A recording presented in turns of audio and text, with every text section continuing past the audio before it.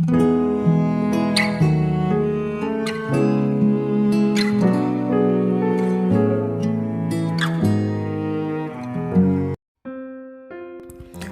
saudara yang dikasihi Tuhan Yesus, selamat pagi dan salam sejahtera bagi saudara semua.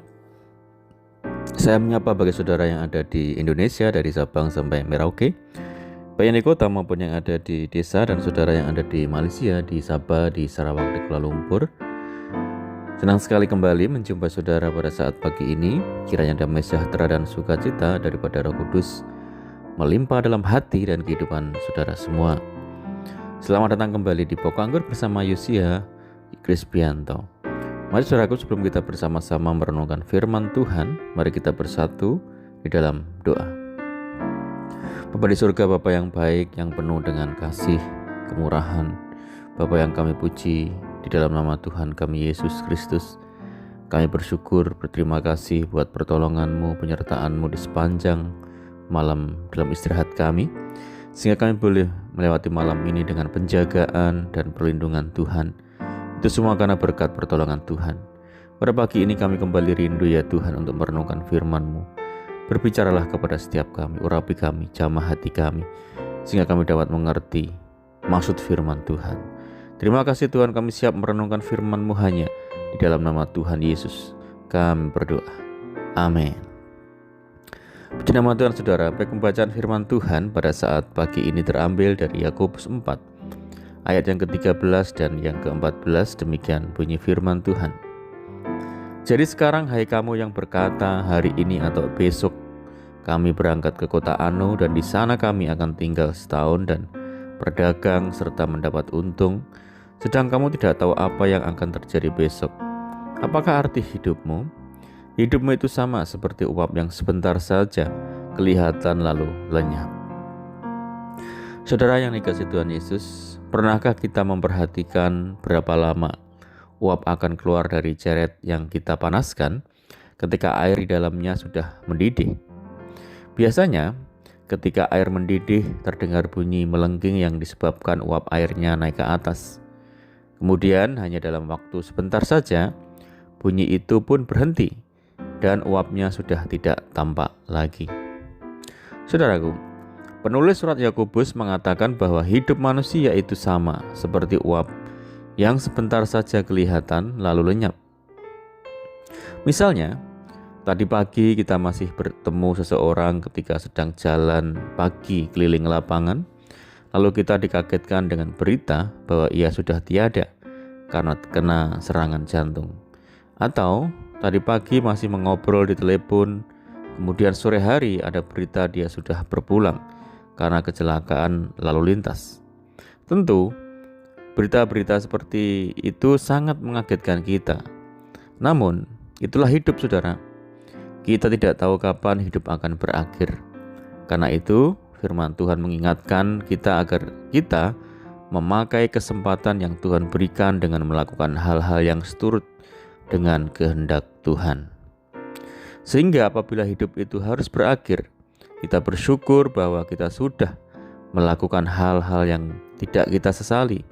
Bahkan nama Tuhan dimuliakan karenanya. Saudara, manusia adalah makhluk yang terbatas kekuatan dan kemampuannya. Bukti nyata keterbatasan manusia adalah dalam memprediksi apa yang akan terjadi. Jangankan berminggu-minggu, bulan, atau tahun, dalam hitungan detik, menit, dan jam saja, manusia tidak tahu apa yang akan terjadi di hadapannya. Selain tidak tahu apa yang akan terjadi, manusia juga tidak tahu kapan hari kematian akan menjemput. Hidup manusia di dunia ini hanyalah seperti uap yang sebentar ada dan berlalu begitu cepat. Banyak orang berpikir bahwa kematian adalah akhir segalanya. Hal itu adalah salah, saudara. Setelah kematian, manusia masih akan berhadapan pada kekekalan, baik itu kebinasaan kekal atau kehidupan kekal. Ketika seseorang hidup sembrono dan hanya disibukkan dengan segala urusan duniawi tanpa mempedulikan hal-hal rohani dan hubungan dengan Tuhan, itu adalah tanda bahwa ia menganggap remeh kekekalan setelah kematian. Padahal, semua yang ada di dunia ini hanyalah sementara.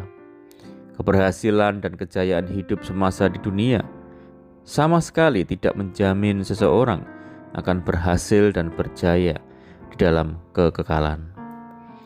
Apalah manfaatnya banyak sekali harta di dunia bila kita tidak kaya di hadapan Tuhan. Inilah yang terjadi pada diri seorang kaya yang bodoh, yang lupa bahwa kematian sewaktu-waktu dapat menjemputnya. Di dalam pengkhotbah dikatakan, karena manusia tidak mengetahui waktunya, seperti ikan yang terperangkap dalam jala yang mencelakakan, dan seperti burung yang terperangkap dalam jerat, begitu pula anak-anak manusia terjerat pada waktu yang malang, jika hal itu menimpa mereka secara tiba-tiba. Saudaraku, jika kita menyadari bahwa hidup ini singkat, kita pasti berusaha untuk hidup berkenan kepada Tuhan. Setiap hari yang kita lakukan dan buat adalah bagaimana kita melakukan hal-hal yang baik yang berkenan kepada Tuhan. Bila kita menjalani hidup dengan hati yang takut akan Tuhan, kita pasti tidak akan takut akan hari esok. Bahkan kematian pun menjadi suatu keuntungan di dalam Kristus. Oleh karena itu saudaraku, pagi ini adalah kesempatan bagi kita untuk merenungkan hidup kita. Seberapa kita mengasihi Tuhan, seberapa kita hidup sesuai dengan firman Tuhan, seberapa dekat hubungan kita dengan Tuhan. Karena hidup ini sangat singkat, mari kita pergunakan waktu ini untuk semakin mendekat kepada Tuhan dan berusaha hidup dalam kebenaran. Izinkan Roh Kudus untuk memimpin hidup kita, membawa kita ke dalam seluruh kebenaran. Amin, puji Tuhan. Mari kita berdoa. Bapa di surga, Bapa di dalam nama Tuhan Yesus Kristus, terima kasih buat firman Tuhan pada saat pagi hari ini. Tuhan, firman-Mu mengingatkan kepada kami Tuhan, untuk kami senantiasa dekat dengan Tuhan.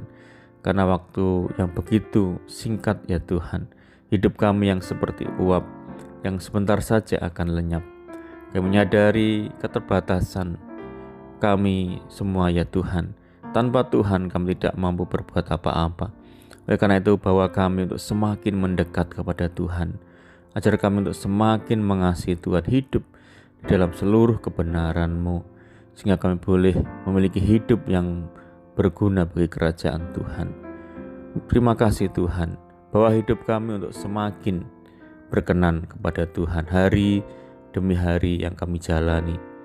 Terima kasih Tuhan, meteraikan firman-Mu dalam setiap hati kami saat pagi ini. Ajar kami untuk melakukan firman-Mu dengan penuh kesetiaan. Terima kasih Tuhan, dan saat pagi ini kami menyerahkan segenap hidup kami ke dalam tangan Tuhan. Tuntun kami ya Tuhan, bimbing kami ya Roh Kudus, sehingga kami boleh berjalan di dalam segala kehendak Tuhan. Sertai kami dimanapun kami berada, berkati rumah tangga kami satu persatu, keluarga kami, pekerjaan kami, usaha kami, pendidikan kami. Pimpin kami ya Tuhan, sehingga kami boleh terhindar dari segala mara bahaya. Dan biarlah kehendak Tuhan yang jadi atas hidup kami. Berikan kami hati yang dipenuhi dengan damai, sejahtera, dan sukacita daripada Tuhan. Kami menyerahkan hidup kami hari ini ke dalam tangan Tuhan. Tuhan yang turut bekerja dalam segala hal bagi kami. Kami berdoa bagi setiap saudara kami yang terbaring sakit saat ini, baik di rumah maupun di rumah sakit. Tuhan jamah sembuhkan. Di dalam nama Tuhan Yesus, bilur-bilur Tuhan Yesus menyembuhkan. Tuhan memberikan kekuatan bagi setiap yang menderita, yang berputus asa. Tuhan memberikan jalan keluar. Berdoa bagi kesejahteraan desa kami, kota kami, daerah kami tinggal, dan juga negeri kami Indonesia. Tuhan yang memberkati, Tuhan yang memulihkan, Tuhan membentengi negeri kami ya Tuhan. Terima kasih Tuhan, ini doa kami hanya di dalam nama Tuhan Yesus kami berdoa. Amin. Puji Tuhan saudara, kita sudah mendengarkan firman Tuhan. Saya percaya saudara semua diberkati. Mari kita bersukacita dalam Tuhan. Sampai jumpa di renungan berikutnya. Saya ucapkan selamat pagi, selamat hari Minggu, selamat melayani. Tuhan Yesus memberkati. Haleluya.